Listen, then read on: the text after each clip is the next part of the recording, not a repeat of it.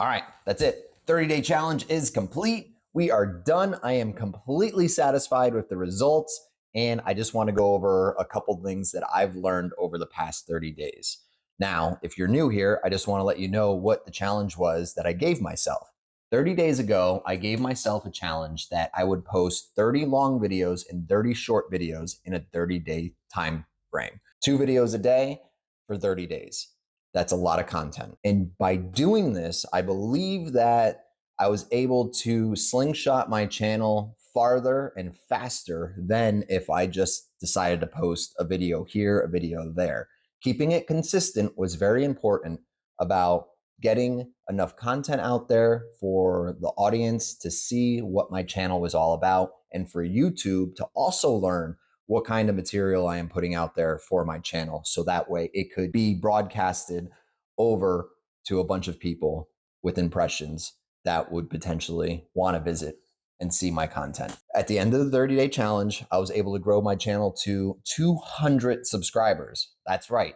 That's a huge milestone for me. The second huge milestone was I made my first commission on affiliate marketing through Amazon. It was only 37 cents, but hey, that's a win in my book, because if I was able to make 37 cents, guess what? There's no stopping me from making maybe $37, $370, $3,700, or maybe even $37,000 in a month. Now that's way in the future, but I'm setting my goals out high and seeing what I could do to just keep rocking it and having different passive income streams coming in. Now, I am still 100% satisfied with my journey that I did. I still love filmmaking. I still love talking to you guys. This is the reason why I do it, is to make sure that I give something back to you that you could learn from, or I give something that might be entertaining for you to watch and get lost in for 5-10 minutes throughout the day. That's important to me. And I've also learned techniques through video editing, lighting, audio. And I believe all of these are coming together and really making me look more like a professional YouTuber than just the fly-by-night. Now, let me get down to the back side of this whole thing. It was a lot of work. You're talking about full-time job, filming, making it sound good, having a story, figuring out what thumbnail you're going to use, what title you're going to use, edit your video, and then get it all up in a day. On top of it, then you got to decide what short to use and do. It was a lot of work. I'm not saying it wasn't a lot of work. I didn't sleep much. I was around the clock and I always had my ideas running, and it's not for the weak-minded. I would say if you were to do this 30-day challenge and you are a full-time worker, just know that you have a long road ahead of you, but it's well worth it if you're able to grind and get through the beginning half of it, because nothing makes me happier than seeing the views go on my channel as well as the subscribers subscribing. It puts a smile on my face. Some days I might have not gotten any subscribers. Other days I might have gotten 15. And it all depends on when you post and the type of content you are posting. Now, oddly enough, this is a little tip that I found out over my 30-day challenge. Posting on a Sunday morning between 7 and 8 o'clock Eastern time got me the most views. Now, I don't know if it's because people are just starting to wake up, if they're just lounging around in bed, scrolling on YouTube, and they're just checking stuff out. But I kid you not, I post something in that time frame every single time. I know that video is going to get at least 1,500 to 2,000 views within the first hour or two. People will like, people will comment. It might be negative, it might be positive, but whatever it is, there's so much activity in that hour. I believe that is a sweet spot for shorts. Another thing I've learned, which is great, especially if you are doing a challenge and you're limited on time on what kind of video you are creating, you could remix your long content into a short content, which is fantastic. It saves you time so you don't have to film something new. You wanted to, it will drive more traffic over to your long videos, because if people are curious, they'll click on to see where this content was created from. And I've seen my long videos grow because I've done the short videos. So that is an awesome little hack that you could do. The analytic side of it, it's unbelievable about what you could learn through the YouTube analytics, from gender, from location of where your audience is, from age group, bracket, where they're finding your videos, where they're finding your channel, how it's being promoted. There is a ton of information that I still have to learn and unlock, but utilizing this tool is also going to help me make better content and aim towards the people that are watching my videos, like you guys watching right now. I definitely appreciate you. Thank you.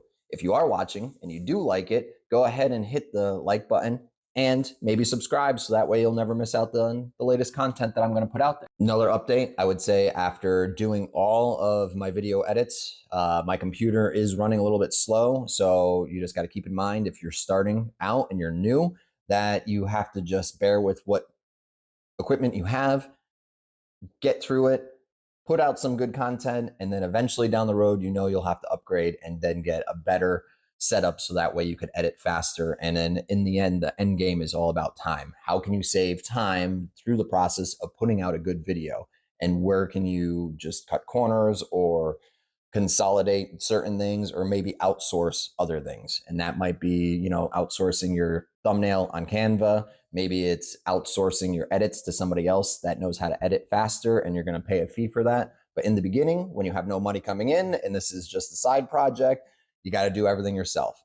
And honestly, in my opinion, I probably would never outsource my videos because I enjoy video editing and I have a certain way of editing my videos. And I think if I put that into somebody else's hands, I might not like what they do.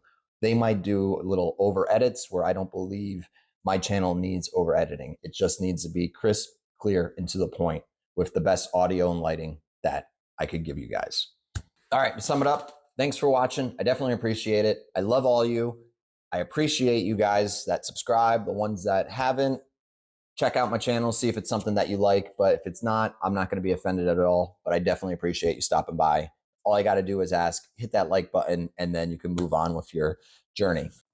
All right, so one last thing I want to go over is watch time. Watch time is huge because guess what? Even if you have the 1,000 subscribers, you still need 4,000 hours of watch time. So currently right now on the 30-day mark, I am at 217 hours of watch time. And out of all my content that is out there for videos, I would say one video is a dream kitchen video that I put out there, and it has almost 1,800 views on it. It is been picked up by the algorithm and the impressions are getting out there and people are clicking and they're watching for a long time.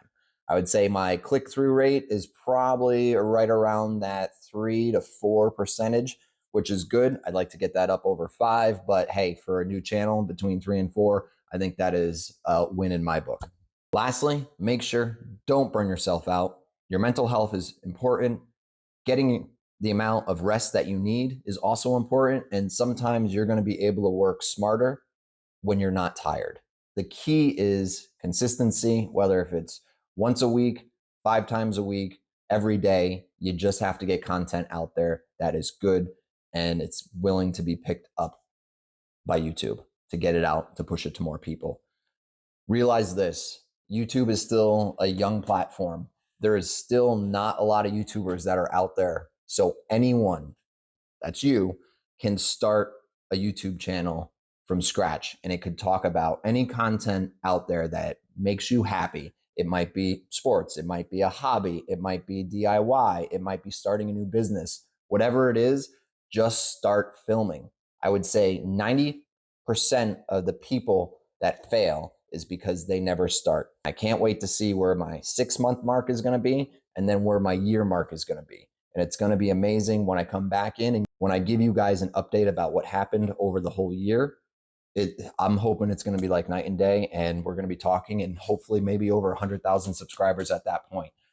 Never set your goals low, because if you set your goals low, you're never going to reach for the stars. Thanks again for watching. I love all you guys. I appreciate you. You're the reason why I do this, and I'll catch you on the next one. Stay handy, my friends.